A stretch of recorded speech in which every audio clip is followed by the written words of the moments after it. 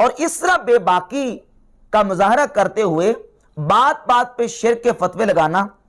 اور بات بات پہ شرک کی تہمت لگانا،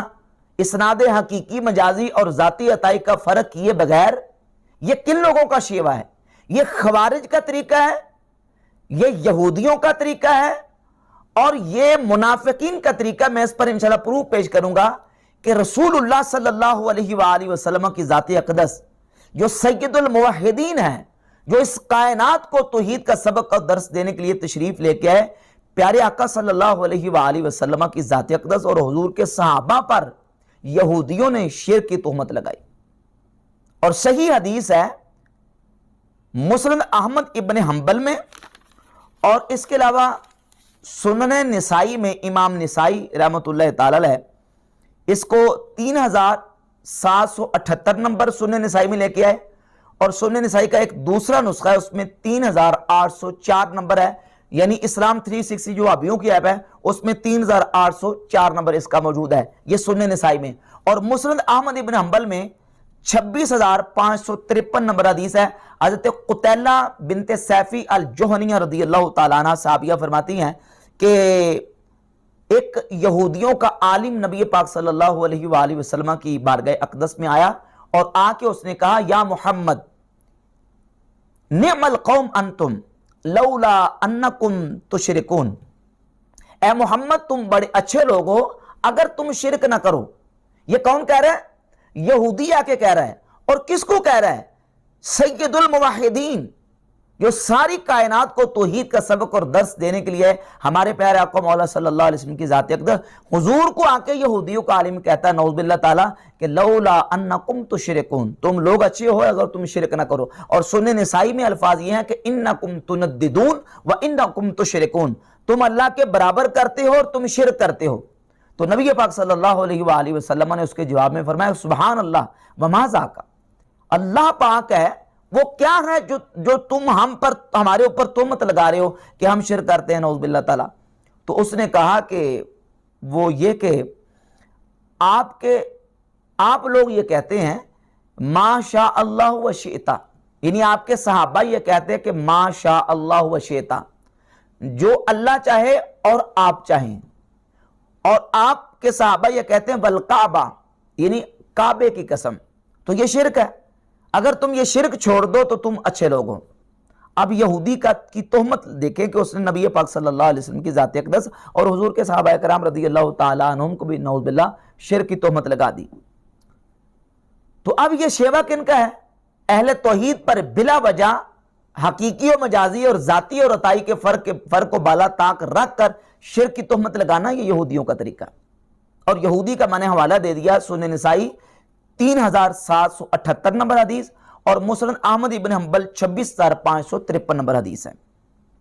اب اس حدیث میں ذرا تھوڑی سی وضاحت کرنا ضروری ہے کہ جب سرکار دو عالم صلی اللہ علیہ وآلہ وسلم کے سامنے اس یہودی نے یہ اعتراض کیا تو حضور علیہ الصلوۃ والسلام نے اپنے صحابہ کرام رضی اللہ تعالی عنہم کو بلایا، اور بلا کے آپ علیہ الصلوۃ والسلام نے فرمایا کہ تم نے آئندہ کے بعد واو کی جگہ پہ سما کی تبدیلی کر لینی ہے، یعنی تم جو کہتے ہو نا کہ ما شاء اللہ و شئتا، تو آئندہ کے بعد تم نے یہ کہنا ہے ما شاء اللہ ثم شئتا، یعنی جو اللہ چاہے پھر آپ چاہیں۔ تو آپ نے واو کی جگہ پہ سما کی تبدیلی کر لینی ہے۔ اس حدیث کو 5 صحابہ کرام رضی اللہ تعالی عنہم نے بیان کیا ہے، حضرت قتیلہ بنت سیفی الجہنیہ، حضرت سیدنا حذیفہ بن یمان رضی اللہ تعالیٰ عنہ، حضرت طفیل بن سخبرہ رضی اللہ تعالیٰ عنہ، اور حضرت جابر بن سمرہ رضی اللہ تعالیٰ عنہ، اور حضرت عبداللہ ابن عباس رضی اللہ تعالیٰ عنہ سے یہ روایت موجود ہے مختلف واقعات کے ساتھ۔ اس پر انشاءاللہ تفصیلی میں گفتگو کروں گا۔ اس روایت کے بعض جو طرق ہیں جس میں عجلہ بن عبداللہ الکندی الکوفی الشیعی راوی ہے، اس کے جو بیان کردہ جو طرق ہیں اور جس میں مرکزی راوی ہے، اس روایت کو خصوصاً غیر مقلدین پیش کرتے ہیں، اور ابن عبدالوہاب نجدی نے اپنی کتاب التوحید میں بھی اس روایت کو پیش کر کے شرک ثابت کرنے کی کوشش کی ہے۔ اسماعیل دیلوی نے اپنی کتاب تقویۃ الایمان میں اس ایک طریق کو پیش کر کے اس سے شرک ثابت کرنے کی کوشش کی ہے، اور اسی روایت کو مسند احمد ابن حنبل کے حوالے سے جو ابن عباس رضی اللہ تعالیٰ عنہ سے جو مروی طریق ہے، عجلہ بن عبداللہ الکندی جو الشیعی ہے، اس کا جو جس میں وہ مرکزی راوی ہے، اس کو مرزا نے اپنے ریسرچ پیپر نمبر 3 میں جس کا عنوان ہے دعا صرف اللہ ہی سے، اس میں پیش کی، انشاءاللہ اس پر میں تفصیلاً گفتگو کروں گا۔ تو یہاں صرف بتانا مقصود یہ ہے کہ یہ شرک کی تہمت جو لگائی گئی ہے یہ یہودیوں کی طرف سے لگائی گئی۔ اب کیوں لگائی ہے؟ وہ لگائی ہے انہوں نے حقیقی اور مجازی اور ذاتی اور عطائی کا فرق کیے بغیر۔ اب سرکار دو عالم صلی اللہ علیہ وآلہ وسلم نے جو حرف کو چینج کرنے کا حکم دیا وہ اس لیے نہیں کہ نعوذ باللہ یہ شرک تھا، اور حضور نے کے سامنے پہلے صحابہ کرام شرک کرتے تھے اور نبی علیہ الصلوۃ والسلام نے بعد میں ان کو منع کر دیا کہ تم نے یہ نہیں کرنا کیونکہ یہودیوں کی طرف سے یہ اعتراض آ گیا کہ یہ شرک ہے۔ ایسی بات نہیں ہے۔ کیوں؟ اس لیے کہ صحابہ کرام یہ مسلسل کہتے آ رہے تھے اگر نعوذ باللہ اس چیز کو شرک قرار دیا جائے تو پھر اس کا مطلب یہ نکلے گا کہ صحابہ کرام پہلے شرک کرتے تھے اور حضور نے ان کو منع نہیں کیا۔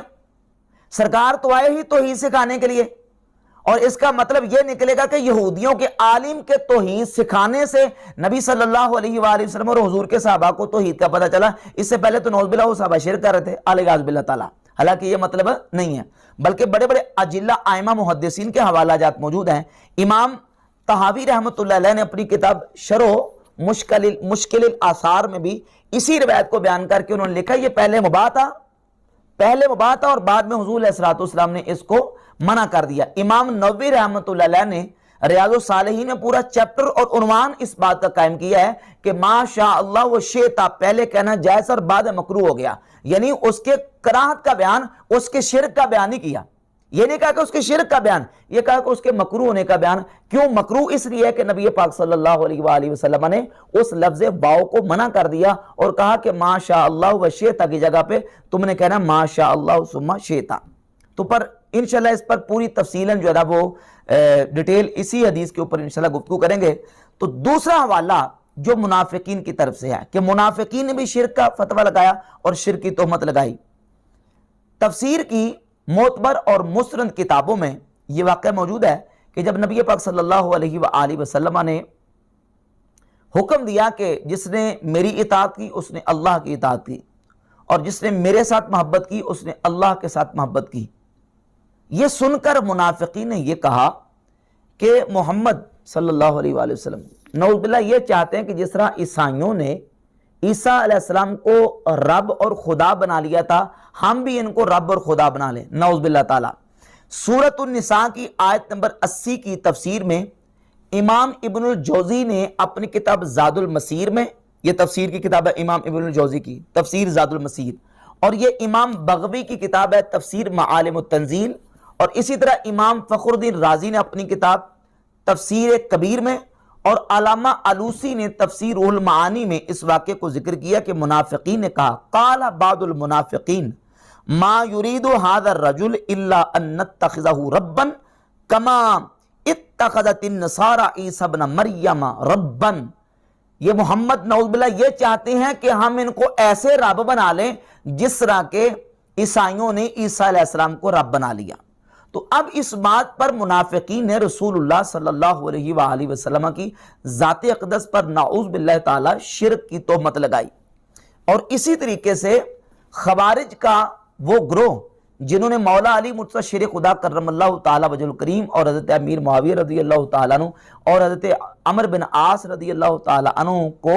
واقع تحکیم کی وجہ سے نعوذ باللہ مشرک کہا، تو وہ بھی وجہ یہ تھی قرآن مجید کی آیت سورہ یوسف کی پڑھتے تھے کہ ان الحکم الا للہ، اللہ کے علاوہ کسی کا حکم نہیں ہے، لہذا چونکہ معاویہ اور علی نے دونوں نے حاکم مقرر کر کے شرک کیا ہے لہذا دونوں نعوذ باللہ تعالیٰ مشرک ہو چکے ہیں۔ اور پھر مولا علی کے سامنے یہاں تک کہا کہ اشرکت فی دین اللہ رجال، اے علی تو نے بندوں کو خدا کا شریک بنا کے شرک کیا ہے لہذا ہم تیری اطاعت نہیں کریں گے۔ البدایہ والنہایہ میں یہ واقعہ موجود ہے، اور امام نسائی نے اپنی کتاب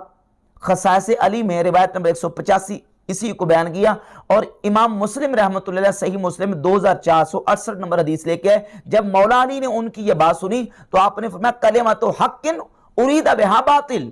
کلمہ حق ہے لیکن انہوں نے مطلب اس کا غلط لیا ہے۔ تو یہ ذاتی اور عطائی اور حقیقی اور مجازی کا فرق کیے بغیر اس طرح کی شرک کی تہمت لگانا یہ یہودیوں کا طریقہ، خوارج کا طریقہ اور منافقین کا طریقہ ہے۔ مومن مسلمان جو ہے وہ ہمیشہ ان چیزوں کا فرق کر کے چلتا ہے۔ تو اب ان تمہیدی باتوں سے یہ بات واضح ہو گئی کہ اولیاء اللہ اور انبیاء کرام علیہم الصلوات و تسلیمات کی ظاہری حیات طیبہ میں اور ان کے وصال کے بعد ان کی ارواح سے استعانت اس نیت کے ساتھ اگر کوئی بندہ کرتا ہے تو وہ شرک نہیں ہے، ذاتی عطائی اور حقیقی مجازی کا فرق سامنے رکھ کر۔ اب اس کو شرک ثابت کرنے کے لیے جن چیزوں کا سہارا لیا جاتا ہے اور جن آیات کو پیش کر کے، جن آیات کو پڑھ کے اس کو شرک ثابت کیا جاتا ہے، ان میں سے بالخصوص جو آیات طیبہ سورۃ الفاتحہ کی ایاک نعبد و ایاک نستعین،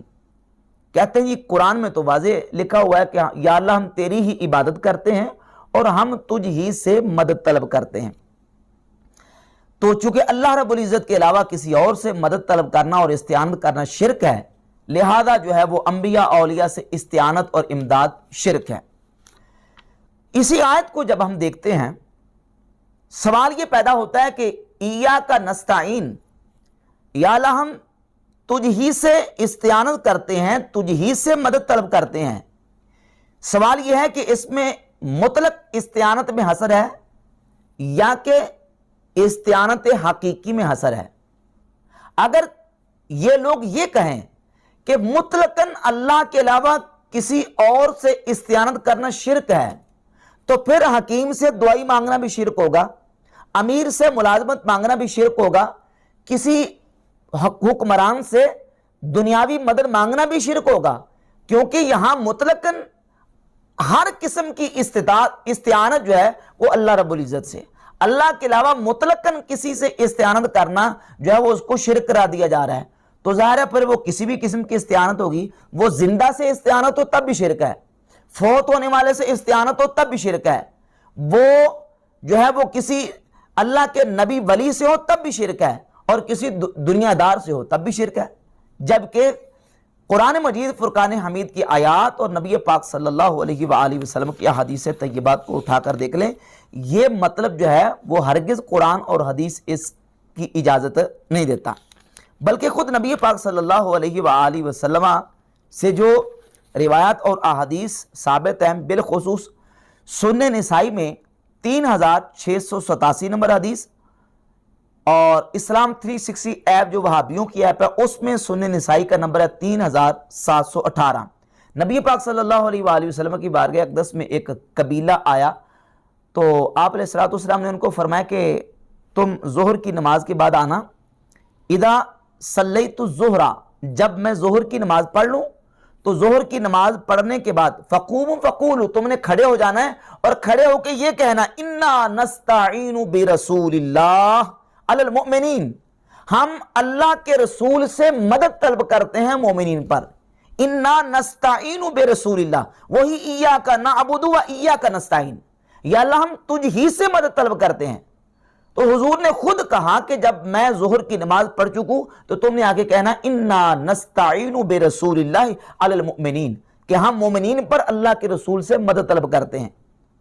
تو وہاں تو مطلق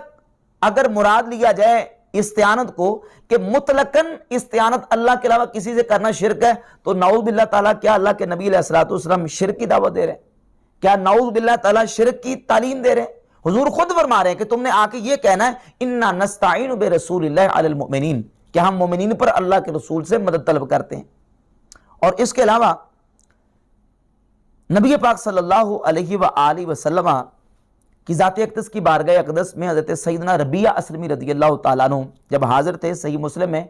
1094 نمبر حدیث ہے، اور سنن ابی داؤد میں 1320 نمبر، اور مسند احمد ابن حنبل میں 16589 اور 16578 نمبر حدیث ہے کہ حضور علیہ السلام کی بارگاہ اقدس میں جب حضرت ربیعہ اسلمی نے حضور کو وضو کروایا تو آپ علیہ السلام نے ان سے کیا فرمایا؟ آپ نے فرمایا سل ربیعہ، اور سنن ابی داؤد میں اور مسند احمد ابن حنبل میں اور معجم الکبیر طبرانی میں لفظ یہ ہیں سلنی ربیعہ، مانگو مجھ سے، آتیتو کا، مسند احمد ابن حنبل ہے، آتیتو کا، مجھ سے مانگو میں تمہیں عطا کروں گا۔ یہ نہیں کہا اللہ سے مانگو، کہا سلنی آتیتو کا، مجھ سے مانگو میں تمہیں عطا کروں گا۔ تو حضرت ربیعہ رضی اللہ تعالیٰ عنہ نے حضور علیہ السلام کی بارگاہ اقدس میں کس چیز کا سوال کیا؟ اس چیز کا جو چیز ما فوق الاسباب ہے، یعنی بظاہر ایسی چیز نہیں ہے کہ جو اسباب کے تحت کسی کو دی جا سکے، یعنی اس طرح نہیں کہ کوئی جیب میں پیسے تھے، انہوں نے پیسے مانگ لیے اور آپ صلی اللہ علیہ وآلہ وسلم وہ درہم و دینار ان کو عطا کر دیے، یعنی وہ چیز مانگی جو ما فوق الاسباب ہے، جو بظاہر انسان کے ہاتھ میں اسباب کے تحت نہیں ہوتی۔ وہ کیا مانگا؟ اسألوک مرافقتک فی الجنہ، حضور میں آپ سے مانگتا ہوں کہ آپ مجھے اپنا جنت میں پڑوس عطا فرما دیں۔ حضور نے یہ بھی فرمایا کہ مجھ سے مانگو میں تمہیں عطا کروں گا، اور صحابی نے کہا کہ اسألوک، میں آپ سے مانگتا ہوں۔ تو یہاں دونوں طرف حضور نے مانگنے کا حکم بھی دیا اور صحابی نے مانگا بھی، یہ شرک سے کیسے نکلے گا؟ اور یہ ہے بھی ما فوق الاسباب، ما تحت الاسباب نہیں ہے۔ تو نبی پاک صلی اللہ علیہ وآلہ وسلم کی ان احادیث طیبات سے پتہ چلتا ہے کہ جب کوئی بندہ اللہ کے بندے سے مانگتا سوال کرتا ہے اور یہ عقیدہ رکھے کہ یہ اللہ کی عطا سے دے رہا ہے، تو یقیناً شرک نہیں ہے، یہ توحید کے منافی نہیں ہے۔ اور وہ واقعہ سورۃ النمل میں جو حضرت آصف بن برخیہ کا سورۃ النمل کی آیت نمبر 40 میں موجود ہے کہ سلیمان علیہ السلام نے جب ملکہ بلقیس کا تخت منگوایا تو یہ تخت بھی آصف بن برخیہ ما فوق الاسباب لے کے آئے۔ ملک سبا میں تخت پڑا تھا، قال الذی عنده علم من الکتاب انا آتیک بہ قبل ان یرتد الیک طرفک، کہا کہ اس شخص نے کہا جس کے پاس کتاب کا علم تھا کہ میں آپ کی بارگاہ میں ملکہ بلقیس کا تخت لے کے آؤں گا آپ کی آنکھ جھپکنے سے پہلے، آنکھ جھپکنے سے پہلے۔ اور سنن کبریٰ بیہقی میں امام بیہقی رحمۃ اللہ علیہ حضرت عبداللہ بن عباس رضی اللہ تعالیٰ عنہ سے لے کے آئے کہ یہ تخت لانے والا آصف بن برخیہ حضرت سلیمان علیہ السلام کا کاتب اور منشی تھا، آصف بن برخیہ۔ تو آصف بن برخیہ ملک سبا سے ایک آنکھ جھپکنے سے پہلے تخت سلیمان علیہ السلام کی بارگاہ میں حاضر کر رہے ہیں۔ سوال یہ پیدا ہوتا ہے یہ کس طاقت سے کر رہے ہیں، یہ کون سی طاقت تھی؟ آج اس قدر ترقی یافتہ دور میں، ٹیکنالوجی کے دور میں، آج تک ایسی ابھی تک کوئی ٹیکنالوجی نہیں ہے کہ جو دیوار کے باہر سے کوئی چیز پڑی ہو، ایک آنکھ جھپکنے سے پہلے وہ دیوار سے اندر مکان یا کمرے میں کوئی لے آئے، آج تک ایسی کوئی ٹیکنالوجی نہیں ہے۔ لیکن ہزاروں سال پہلے آصف بن برخیہ نے اللہ رب العزت کی دی ہوئی طاقت سے ملک سبا سے وہ تخت سلیمان علیہ السلام کی بارگاہ میں پیش کر دیا۔